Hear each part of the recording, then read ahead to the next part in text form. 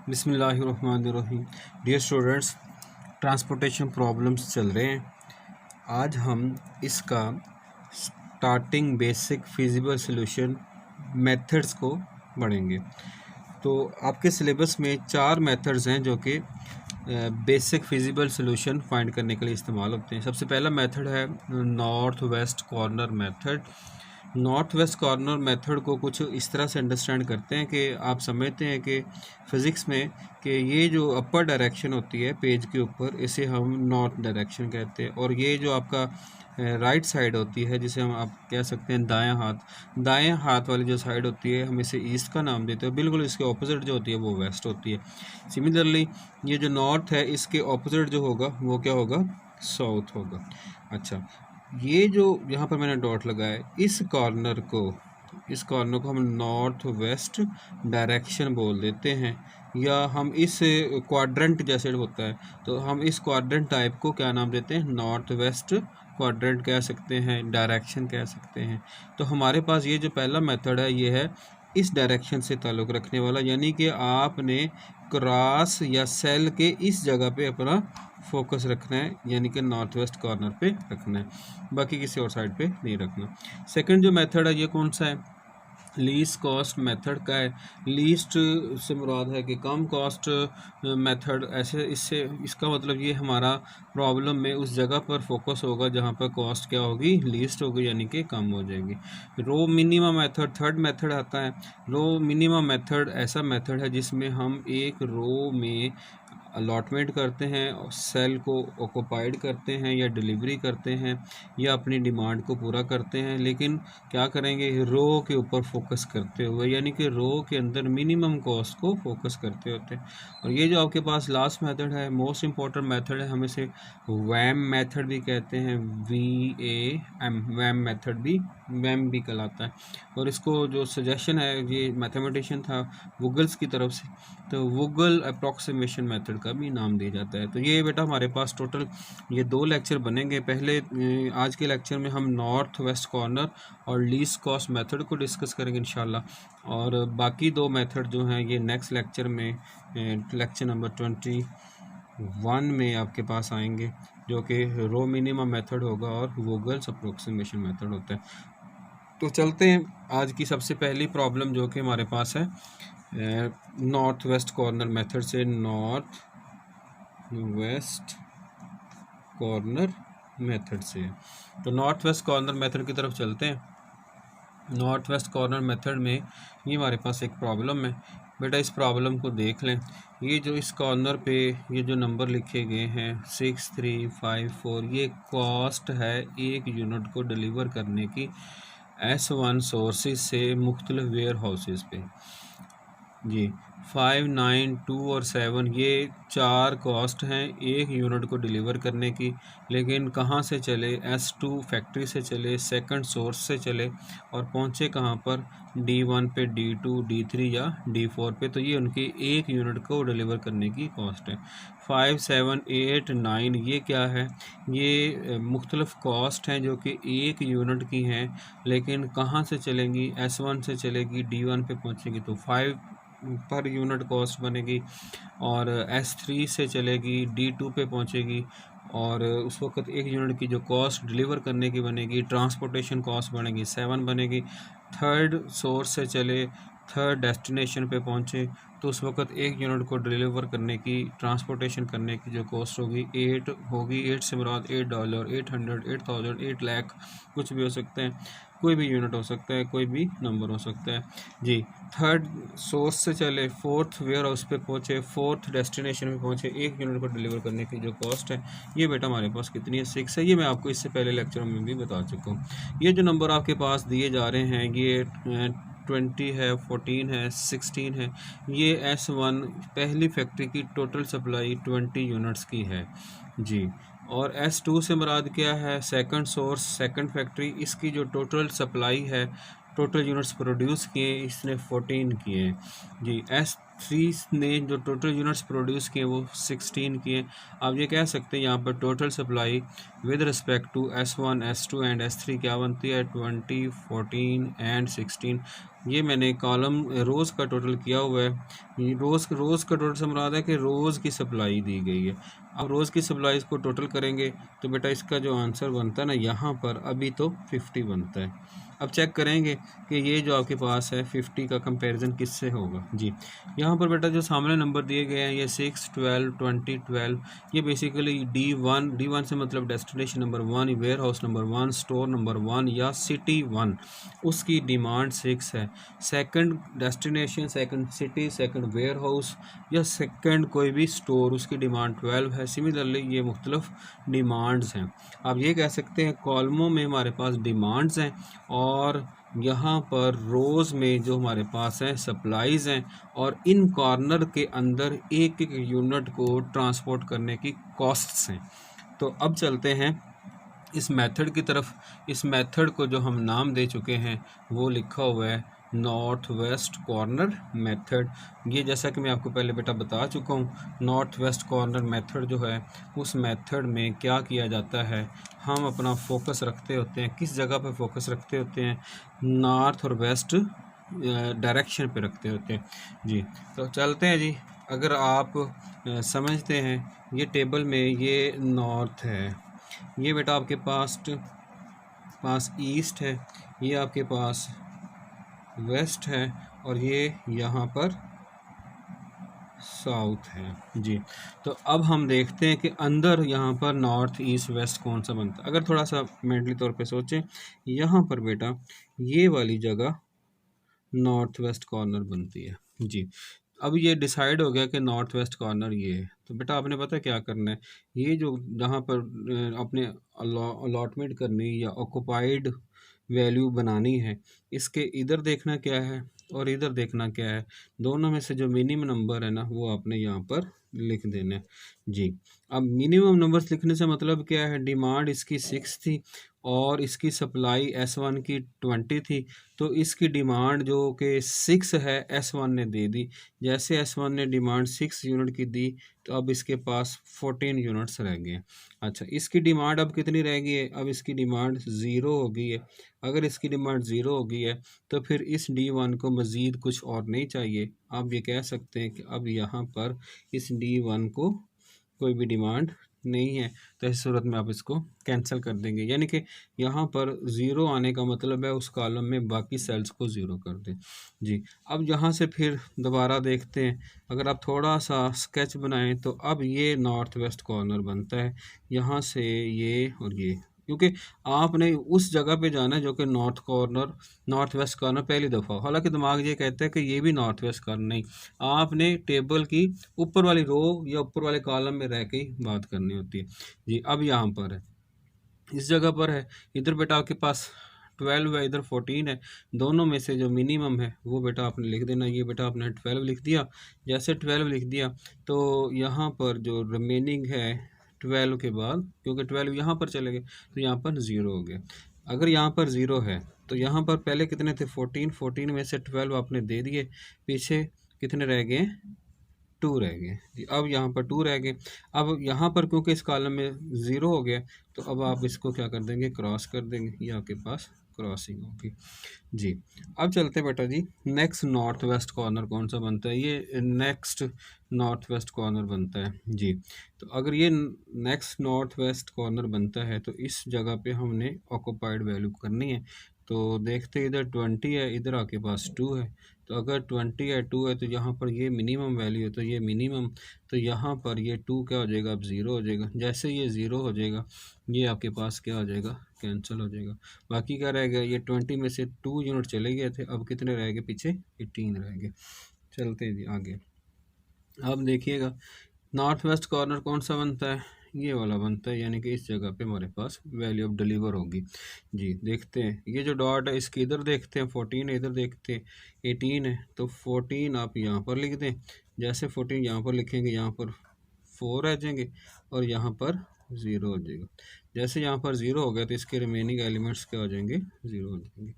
अब चलते हैं नेक्स्ट कॉर्नर कौन सा बनता है। अगर थोड़ा सा स्केच बनाए तो बेटा ये हमारे पास नॉर्थ वेस्ट कॉर्नर बनता है। इस जगह पे आप कितने यूनिट देंगे, इस जगह पे 4 दे देंगे। 4 देने से यहाँ पर कितना हो जाएगा, 0 हो जाएगा, और यहाँ पर कितने आ जाएंगे, 12 आ जाएंगे जी। तो अब यहाँ पर ज़ीरो होने की वजह से इसके ऊपर तो कोई खाली सेल नहीं था जिसको हम ब्लैक करते हैं। ऐसी सूरत में इसको ज़ीरो का अब कोई फ़ायदा नहीं है। अब रह क्या गया, ये 12 है। 12 S3 की डिमांड थी, सप्लाई थी, और D4 जो कि 4th डेस्टिनेशन, इसकी डिमांड भी 12 है। हम 12 इसको दे देंगे। जैसे इसको 12 दे देंगे, इस D4 की जो डिमांड 12 थी अब ज़ीरो रहेगी। S3 की जो सप्लाई थी पहले 12 16 से 12 पहुँची, 12 से अब कितनी हो गई है, ज़ीरो हो गई है। ये आपके पास इसका था method, north west corner method. अब बेटा हम चलते हैं इसके इनिशियल बेसिक फिजिबल सोल्यूशन की तरफ। ये जो 6 है, अगर आप देखें इसकी पोजीशन कौन सी है, ये 1 1 है। तो हम यहाँ पर क्या लिखेंगे, हम यहाँ पर लिखेंगे x 1 1। 1 1 की जो वैल्यू आई है 6 बनी है। ये वाली जो पोजीशन है ये कौन सी बनी है, 1 2। तो x 1 2 की जो वैल्यू बनी है वो 12 बन गई। ये वाली पोजीशन जहाँ पे ऑक्यूपाइड बना है ये कौन सी है, x 1 3, और इसकी वैल्यू बनी है 2। जस्ट आपने ऑक्यूपाइड ही लिखनी है जी। ये वाले आपके पास क्या बनता है, ये 2 और 3 है, x 2 3, इसकी वैल्यू आई है 14 जी। और ऑक्यूपाइड कौन सा हमारे पास, ये 4 है। तो ये 4 की इधर से देखते हैं 3, इधर से देखते हैं 3, तो अब ये कह सकते हैं x 3 की जो वैल्यू आई है वो 4 आई है। और ये जो 12 है ये क्या बनता है, ये 3 और 4 है, इसकी वैल्यू कितनी बनी है 12। 1 2 3 4 5 6। तो ये आप देख सकते हैं ये अभी इनिशियल है, तो आप इसे क्या कह सकते हैं, और ये पॉजिटिव भी है इनिशियल, और ये बेसिक भी होता है। बेसिक से मुराद ये है कि अभी आपने यहाँ से आगे चलना है जी। जी इनिशियल बेसिक फिजिबल, और क्योंकि इसकी वैल्यू इस वजह से इनिशियल बेसिक फिजिबल सोल्यूशन बन गया। अब बेटा जो हमने क्या करना है, initial cost of delivering 50 units मालूम करनी है जी। ये 50 यूनिट्स मालूम करने से मतलब क्या है कि 50 यूनिट सप्लाई थे, 50 यूनिट डिमांड थे, तो हमने इसकी जो कॉस्ट मालूम करनी है उसके लिए बेटा आपने क्या काम कर लेना है, हम इसे कह देते हैं कॉस्ट। तो कॉस्ट के लिए बेटा जो ऑक्यूपाइड सेल है ये आपके पास C11 है, और ये आपके पास X11 है। तो जहाँ जहाँ ऑक्यूपाइड है इसका फार्मूला तैयार करना है, ये बनेगा C11 X11। ये कौन सी पोजीशन है जी, ये बनेगा C12 X12। ये कौन सी पोजीशन है जी, ये C13 है, और ये X13 है, 1 3 और X13 जी।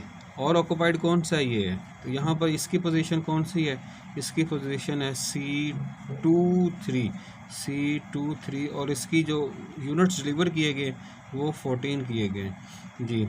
और ये पोजीशन कौन सी है, थर्ड और थर्ड, तो यहाँ से आप कह सकते हैं C33 और X33 जी। नेक्स्ट क्या आता है, ये वाली पोजीशन है, ये कौन सी है, थर्ड एंड फोर्थ है, आप इसे कह सकते हैं XC34 और X34। तो ये आपके पास एक यूनिट को डिलीवर करने की कॉस्ट 6 थी, यहाँ पर 6 डिलीवर किए गए, इसका मतलब टोटल जो कॉस्ट पड़ी है 6 यूनिट को डिलीवर करने की S1 सोर्स से D1 डेस्टिनेशन पे 36 रुपीज़, $36 100 जो भी होगा इसकी वो वैल्यू होगी। इसलिए हमको क्या करना पड़ेगा, इनको आपस में मल्टीप्लाई करना पड़ेगा जी। नेक्स्ट देखते हैं, ये एक यूनिट की कीमत थी 3 रुपये डिलीवर करने की, जो कि S1 से चलता है D2 पे पहुंचता है, और 12 यूनिट डिलीवर किए गए, तो क्या बनेगा इसकी कीमत, इसकी बनेगी 3 × 12 बनेगी जी। यहाँ पर चलते हैं जी, एक यूनिट की डिलीवर करने की 5 रुपये थी, और 2 यूनिट डिलीवर किए गए, तो आप क्या कहेंगे कि 5 × 2 जी। यहाँ पर चलते हैं ऑक्यूपाइड, यहाँ पर एक यूनिट के डिलीवर करने की कॉस्ट थी 2 रुपये, 14 यूनिट यहाँ पर डिलीवर किए गए, तो यहाँ से बना 2 × 14। अच्छा एक यहाँ पर मैंने मिस्टेक कर दी है, ये जो आपके पास था ना ये 2 और 3 था, ये 2 और 3 है जी। आगे चलता हूँ, 3 और third row third column occupied, एक यूनिट को डिलीवर करने की 8 रुपये कॉस्ट थी, 4 यूनिट डिलीवर किए गए, 8 × 4 जी। ये कौन सा आपके पास सी, जहाँ पे ऑक्यूपाइड है उन्हीं की करनी, क्योंकि हमने यहाँ पर चीज़ें भेजी हैं कहीं और से, ये जो अनऑक्यूपाइड है यहाँ पर नहीं भेजी जी। यहाँ पर ये S3 से चला है और D4 पे पहुँचा है, एक यूनिट को डिलीवर करने की कॉस्ट है 6, और डिलीवर कितने किए गए 12, तो बनेंगे क्या 6 × 12। मैं इसकी final cost 6 multiply by 6 3 multiply by 12 करके बेटा आपको बता देती हूँ। जो कॉस्ट बनेगी ये इनिशियल कॉस्ट होगी किसको डिलीवर करने की, 50 यूनिट। 50 से मुराद क्या है कि ये जो रोज़ का टोटल है ना ये 50 है। अच्छा, कॉलम का जो टोटल है ये भी 50 होता है जी, यानी कि जितना रोज़ का टोटल है उतना ही कॉलम का टोटल यहाँ पर है।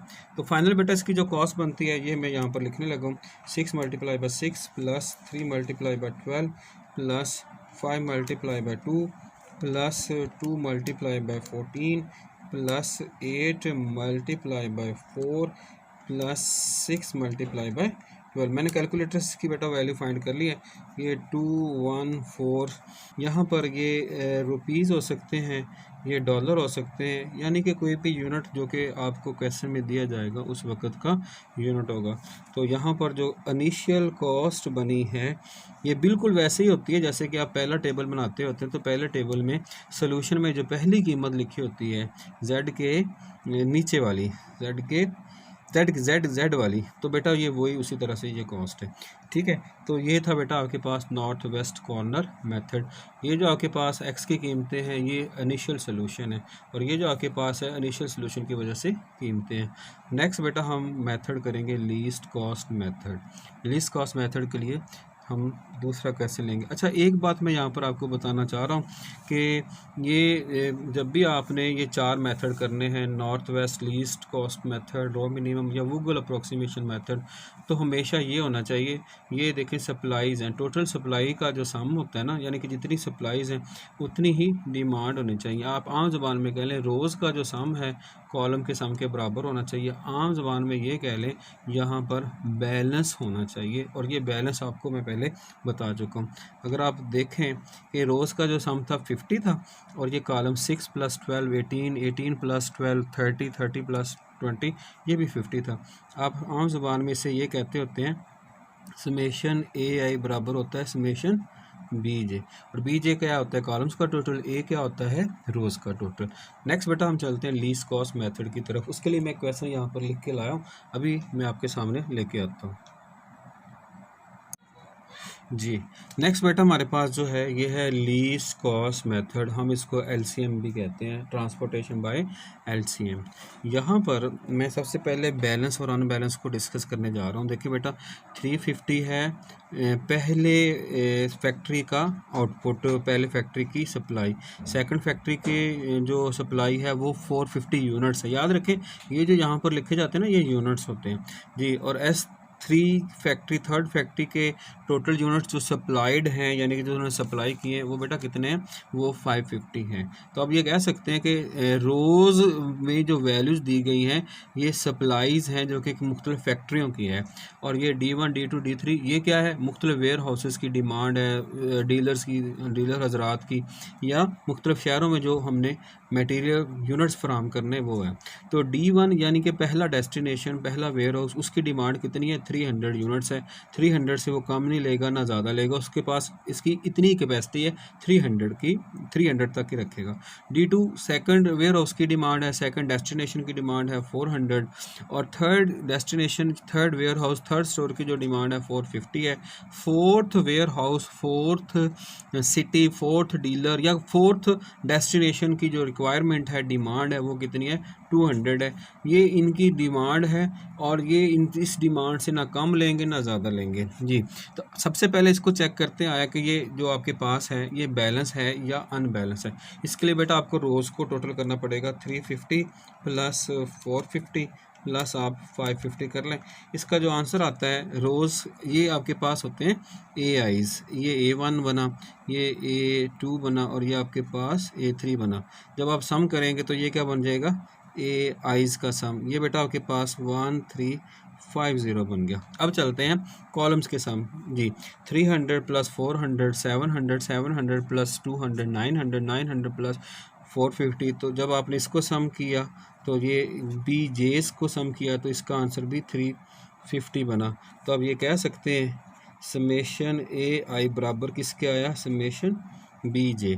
तो टोटल सप्लाई बराबर है टोटल डिमांड के। अगर ऐसा होगा तो ही क्वेश्चन सॉल्व होगा, नहीं तो फिर आपका क्वेश्चन फ़िलहाल एट द स्पॉट स्टार्ट नहीं होगा, उसको किसी और मेथड से करेंगे। बहरहाल अब इस क्वेश्चन की तरफ चलते हैं। इस क्वेश्चन में हमारे पास ये सप्लाईज दी गई थी, ये डिमांड दी गई थी, ये एक एक, अच्छा ये भी मैं दोबारा से बता देता हूँ। S1 फैक्ट्री से एक यूनिट D1 पे पहुँचाया जाता है तो उसकी कॉस्ट कितनी पड़ती है, 6 रुपये की पड़ती है। यानी कि एक यूनिट को डिलीवर करने की, एक यूनिट को भेजने की कितनी कॉस्ट है, 6 है। अगर 2 यूनिट भेजेंगे तो 12 हो जाएगी, 3 भेजेंगे तो कितनी हो जाएगी, 18 हो जाएगी जी। अब चलते हैं, बाकी भी इसी तरह से ये मैं लास्ट पढ़ देता हूँ कि S3 थर्ड फैक्ट्री से एक यूनिट भेजे और फोर्थ डेस्टिनेशन पे पहुँचे, एक यूनिट को भेजने की कॉस्ट कितनी है, 4 रुपये। एक यूनिट से मुराद एक कार या 2 कार जितने भी, ठीक है ना। तो उनकी जो कॉस्ट है ना वो कुछ इस तरह से, एक के ऊपर 4 रुपये, $4, 400, 400 इस तरह से पड़ती है। 2 के ऊपर मल्टीप्लाई बाय 2, 3 के लिए मल्टीप्लाई बाय 3, इस तरह हो जाए। अब मेथड कौन सा बेटा, LCM। LCM का मतलब क्या है, लीस्ट कॉस्ट मेथड। हमने लीस्ट कॉस्ट मेथड में उस कॉस्ट के ऊपर नज़र डालनी है, उस कॉस्ट के ऊपर फोकस करना जो सबसे छोटी हो, सबसे स्मॉलेस्ट की तरफ हमारा जहन जाना चाहिए। तो ये 6, 3, 10, 7 इन तमाम में से 3 है, अभी तक तो 3 है। 5, 8, 12 तो अभी तक भी 3 है, और सेम 11, 5, 6, 4। तो आप ये कह सकते हैं इस पूरे टेबल में सबसे छोटी जो कॉस्ट है ना वो कौन सी है, 3। हमने उस जगह पे ट्रांसफ़र करनी है वैल्यू जहाँ पर कॉस्ट कम होगी। चलें जी, अब हमारा ये टारगेट बन गया कि इस जगह पर हमने चीज़ को डिलीवर करना है। अच्छा, इस जगह पे डिलीवर करना है तो देखना है इधर क्या है और इधर क्या है, दोनों में से जो मिनिमम होगा वो लिख देंगे। ये 400 है, ये 350 है, तो क्या लिखेंगे हम यहाँ पर 350 लिख देंगे जी। जैसे 350 लिखेंगे तो यहाँ पर पीछे कितना रह जाएगा, 50। ये बेटा आपका क्या हो जाएगा, 0। अब थोड़ा सा इसको अंडरस्टैंड कर लेते हैं हुआ क्या है। D2 जो कि सेकंड डेस्टिनेशन थी, इसकी डिमांड थी 400 यूनिट्स। इसने क्या कर लिया, S1 से 350 यूनिट्स ले लिए और S1 की अब सप्लाई हो गई है पूरी। इसका मतलब अब S1 कोई और यूनिट नहीं दे सकता। अगर नहीं दे सकता तो फिर क्या हो जाएगा, वो यहाँ पर 0 कंसीडर करेगा। यानी कि यहाँ पर अब S1 के पास क्योंकि कोई और वैल्यू है ही नहीं, हो गई तो ही यूनिट फ्राहम करेगा ना जी। चलते हैं जी, अब ये हमारे पास हो गया 50। चलते हैं अब बेटा हमारे पास 5, 8, 8, 12 ये कॉस्ट रिमेनिंग रहेगी क्योंकि ये क्रॉस हो गए, यहाँ पर डिलीवर हो गए, ये क्रॉस हो गए। इसमें से ये देखें सबसे छोटी कॉस्ट कौन सी है, ये 4 है, ये 5 है, ये 5 है। तो दिमाग ये कहता है ये छोटी कॉस्ट है, छोटी कॉस्ट है। यहाँ पर हमने क्या करनी है, डिलीवरी करनी है, ट्रांसपोर्टेशन करनी है। यहाँ पर है, इधर देखें क्या है, इधर देखें क्या है, जो छोटा नंबर है वो लिख दें। तो ये बेटा आपके पास 200 है छोटा नंबर, तो इसको मैं क्या कर दूंगा, 0 कर दूंगा। 0 का मतलब कि अब यहाँ पर 0 रह गए। अब यहाँ पर पीछे कितने रह गए, यहाँ पर बेटा जी हमारे पास रह गए हैं 350। ये मेरे पास रह गए 350 जी। जैसे 350 यूनिट रह गए, अब यहाँ पर देखें ये 0 हो गया। अगर ये 0 है तो इस 0 का मतलब क्या है, इस कॉलम में जो बाकी रिमेनिंग सेल हैं जो कि अनऑक्यूपाइड है उसको क्रॉस कर दे। मैंने यहाँ पर इसको क्रॉस कर दिया।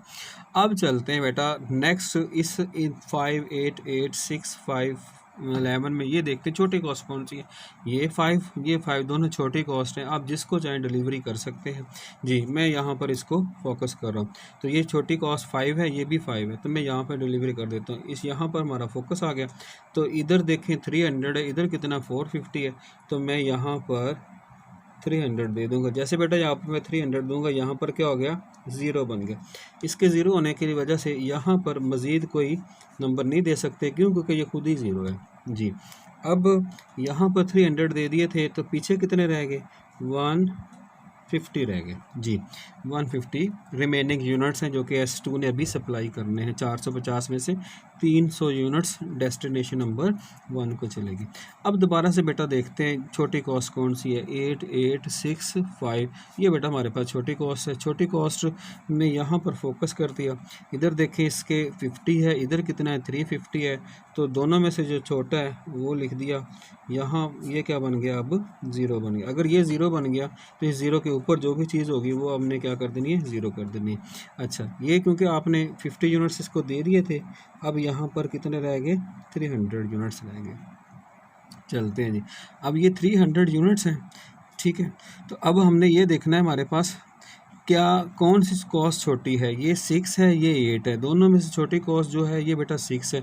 इस जगह पे हमारा फोकस आ गया और इस जगह पे फोकस है। इसके इधर देखें क्या है और इधर देखें क्या है, इधर देखते हैं 300, इधर देखते हैं 450। तो दोनों में से जो छोटा है ये 300 या 450, तो बेटा हमने क्या लिख देना है 300 लिख देना है। जैसे 300 लिखा यहाँ पर क्या आ जाएगा, ये 0 हो गया। चलो जी ये 0 हो गया। अब यहाँ पर क्या रह गया 150 रह गया। अब 150 रह गया, 150 D3 यानी कि थर्ड डेस्टिनेशन की अभी डिमांड 150 पड़ी है। अब हमारे पास कौन सा ऐसा सेल है जो कि यही एक सेल है जो कि हमारे पास रिमेनिंग रह गया। हम यहाँ पर फोकस रखते हैं, इधर देखते हैं 150, इधर देखते हैं 150 है, तो हम 150 दे सकते हैं। ये 0 हो गया और ये भी हमारे पास क्या बन गया बेटा जी 0 बन गया। ये था हमारे पास लीस्ट कॉस्ट का मेथड। इसमें क्या किया जाता है, पूरे टेबल में हम उस जगह पे अपना ट्रांसपोर्टेशन डिलीवरी देते हैं जहां पर कॉस्ट कम हो। और मैं आपको पहले भी बता चुका हूँ, ये छोटे सेलों में, छोटे खानों में, छोटे डब्बों में कॉस्ट होती है। हम अपना फोकस इन छोटे डब्बों में रख के काम करते होते हैं जी। अब यहाँ पर देखते हैं कहाँ कहाँ पर डिलीवरी, कहाँ कहाँ पे ऑक्यूपाइड हुए हैं। ये 350 वाली जगह पे डिलीवरी हुई है। ये पोजीशन कौन सी बनी है, ये पोजीशन बनी है 1 2 और इसकी वैल्यू बनी है 350। और ऑक्यूपाइड कौन सा है, ये 300। इसकी कीमत जो बनी है वो बनी है X21 और ये बनी है बेटा जी 300। एक ये ऑक्यूपाइड बना है, यहाँ पर X23 बने, इसकी कीमत है 150। एक ये ऑक्यूपाइड है, इसकी जो वैल्यू बनती है, यहाँ से देखते हैं 3, उधर से देखते हैं 2, 3 2, इसकी वैल्यू बनती है 50। और ये एक ऑक्यूपाइड है, इसकी कीमत है X33, ये आपके पास है 300 जी। और एक आपके पास कौन सी बनी है X34, इसकी वैल्यू बनती है 200। 21 जी, 21 की जो वैल्यू दूसरी रो पहला कॉलम ये है। तो अब आप यहाँ पर देख सकते हैं 1 2 3 4 5 6, तो ऑक्यूपाइड सेल्स कितने बने हैं, 6 बने हैं। और ये जो x की कीमतें, ये इनिशियल बेसिक फिजिबल सोल्यूशन बना हुआ है। और ये जो 6 है इसको बराबर होना चाहिए m + n-1 के। और यहाँ से देख सकते हैं m की कीमत है 3, n की है 4 - 1, तो ये 6 है। इसका मतलब हमारा प्रोसीजर, हमारा मेथड अभी स्टार्ट में तो ठीक है। अब मसला क्या रह गया, initial cost of transporting 135 units, 1350 units को ट्रांसपोर्ट करने की 3 मुख्तलिफ फैक्ट्रियों से मुख्तलिफ वेयर हाउसेस के ऊपर कितनी कॉस्ट पड़ती है, वो बेटा मैं यहाँ पर फाइनल कॉस्ट, इनिशियल कॉस्ट लिखने लगा हूँ। और ये मैं आपके सामने लिख के फिर आपके सामने लेके आता हूँ बेटा। ये मैंने C12 की कीमत यहाँ पर टेबल से निकाल ली है, यहाँ पर ये C12 है। सिमिलरली ये आपके पास क्या है, यहाँ पर जो 5 है C21 है, ये आपके पास क्या है ये 8 वाला ये 23 है। ये आपके पास कौन सा है, ये 32 है। ये आपके पास C कौन सा है, C33 है। और ये आपके पास C34 है। ये बेटा मैंने यहाँ पे पुट कर दिया। अब मैं इसकी फाइनल कीमत जो कि बनती है वो लिखने लगा हूँ। इसके लिए आपको क्या करना पड़ेगा, कैलकुलेटर से 3 × 350 प्लस करेंगे 5 × 300 प्लस करेंगे 8 × 150 प्लस करेंगे 5 × 50 प्लस 6 × 300 प्लस करेंगे 4 × 200। तो इसकी बेटा जो कॉस्ट बनी है वो बनी है 6600। ये आपके पास एट द स्पॉट रुपीज़ है, लेकिन उस वक्त जब डाटा दिया जाएगा डॉलर्स, ये 1000 कुछ भी हो सकता है। ये था हमारे पास बेटा least cost method. Least cost method में हमने ये सीखा, हम उस जगह पे अपना फोकस करते हैं, उस जगह पे डिलीवरी ट्रांसपोर्टेशन करते हैं जहाँ पर पूरे टेबल में छोटी कॉस्ट होती है। नेक्स्ट जो आप क्वेश्चन करेंगे वो होगा रो मिनिमम मेथड और गूगल अप्रोक्सीमेशन मेथड। ये बेटा इंशाल्लाह हम नेक्स्ट लेक्चर में डिस्कस करेंगे। ये आपको आज ही डिलीवर हो जाएगा। Thank you.